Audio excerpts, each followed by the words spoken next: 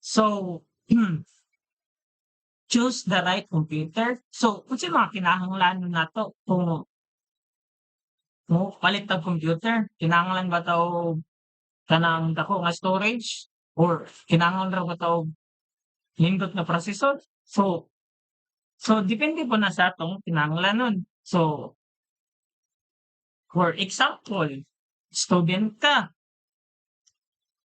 kung student ka, siyempre okey ra sa imo og kuwan lang kanang dili kay siya nindot og processor, dili kay siya nindot og performance, or dili siya dako kaayong storage, 'di ba? Kay casual ra man ka, so okey ra sa imo is kanang normal ra nga computer or mga low low ra nga low range ra nga computer. Pero 'pag if office worker ka, siyempre kinahanglan na ka og mid-range nga computer kay nanglan ka og dako nga storage, ah, mid-range nga processor nga para magamit nimo sa imong works. For example, gamay kag storage niya unsaon man nimo tong mga files nga kinahanglan nimo sa imong work, so kinahanglan gid ka og dakong storage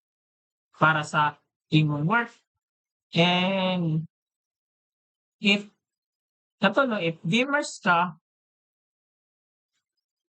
kinahanglan ka og high performance o dako nga storage kay para ma-enjoy gid nimo ang dula. So, for example, imong gipalit nga computer is kuhaan lang kanang dili kayod siya nindot og processor, so maglaglag siya inig dula nimo.